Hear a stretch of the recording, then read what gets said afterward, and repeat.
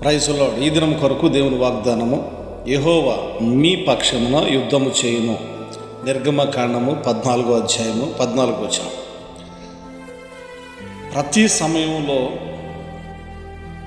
కొన్నిసార్లు మనం చెక్ చేసుకునేటటువంటి విషయం ఏంటంటే, నాతో ఎవరెవరు ఉన్నారు, ఒక టీమ్గా నాతో ఎవరున్నారు, బ్లడ్ రిలేషన్గా నాతో ఎవరున్నారు, నా పక్షాన ఎవరున్నారు అని మన సమస్యల్లో, మన అవసరతల్లో పలుమార్లు మనతో ఉన్నటువంటి వారిని, మన పక్షాన ఉన్నటువంటి వారిని జ్ఞాపకం చేసుకుంటాం.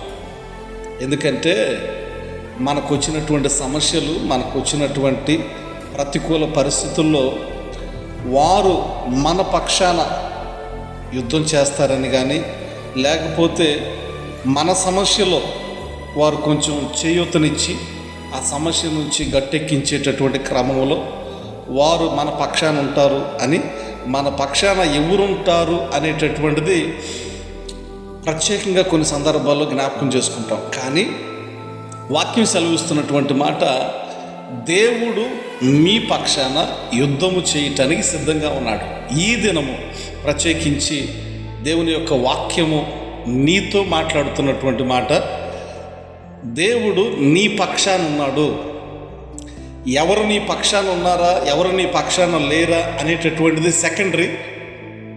మొట్టమొదటిగా నీవు ఈ దినాన ఆలోచించవలసినటువంటి ప్రత్యేకమైనటువంటి దేవుని వాగ్దానము, దేవుడు నీ పక్షాన ఉన్నాడు. అంత మాత్రమే కాదు, రెండవ మాట, ఆయన నీ పక్షాన ఉండటమే కాదు కానీ నీ పక్షాన యుద్ధము చేసేటటువంటి దేవుడిగా ఉన్నాడు. వాటే బ్లెస్డ్ వర్డ్, దేవుని యొక్క ఆశీర్వాదకరమైనటువంటి వాగ్దానముతో కూడినటువంటి వాక్కు. ఆయన మన పక్షాన ఉండటమే కాదు కానీ మన పక్షాన యుద్ధము చేసేటటువంటి దేవుడు.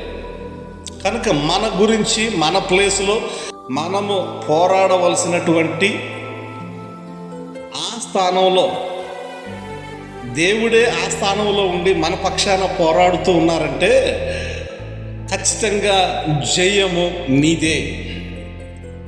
ఖచ్చితంగా అపజయము అనేటటువంటిది రాదు. ఖచ్చితంగా ఆనందము నీదే, ఖచ్చితంగా సంతోషము నీదే. పోరాటం అనేటటువంటిది మనం చేస్తే ఓడిపోతామేమో కానీ, మనము చేస్తే అపజయం చెందుతామేమో కానీ, మనము చేస్తే సంతోషాన్ని కోల్పోతామేమో కానీ, దేవుడే మన స్థానంలో ఉండి మనకు మారుగా మన పక్షాన యుద్ధం చేసేటటువంటి స్థితిలో నీవు నేను ఆరాధిస్తున్నటువంటి దేవుడు ఉన్నాడు. ఆయన మన పక్షాన యుద్ధం చేస్తున్నాడు అనంటే జయము నీదే. సో కనుక బీ హ్యాపీ, సంతోషించు, ఆనందించు, గంతులు వేయి, గంతులు వేయి, గంతులు వేయి. ఎందుకంటే దేవుడు మన పక్షాన ఉండి మన కొరకు, మన పరిస్థితుల మీద యుద్ధం చేసేటటువంటి దేవుడై ఉన్నాడు. అటు దేవుని సన్నిధి, ఇటు వాగ్దానము ఈ దినాన దేవుడు మన పక్షాన నెరవేర్చి నడిపించబోతున్నందుకు దేవునికి స్తోత్రము కలుగునుగాక. అందరూ చెప్దాం, ప్రార్థన చేసుకుందాం. మహోన్నతుడు, ప్రేమ కనికరము కలిగిన మా తండ్రి, మీ ఘనమైన శ్రేష్టమైన నామాన్ని బట్టి మీకు వందనాలు, స్తోత్రాలు చెల్లించుకుంటున్నా.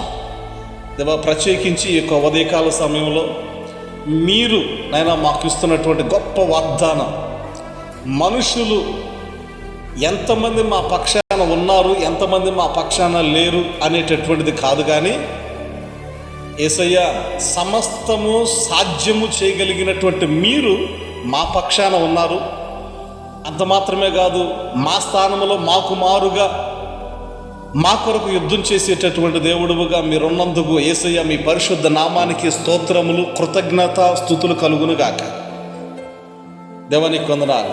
ఈ దిన వాగ్దానాన్ని బట్టి మీకు వందనాలు, స్తోత్రాలు చెల్లించుకుంటూ సమస్త ఘనత, మహిమ, ప్రభావములు మీ పరిశుద్ధ నామమునకు సమర్పించుకుంటూ యేసు నామం పేరట స్తుతించి ప్రార్థన చేయుచున్నాము తండ్రి. Amen, amen.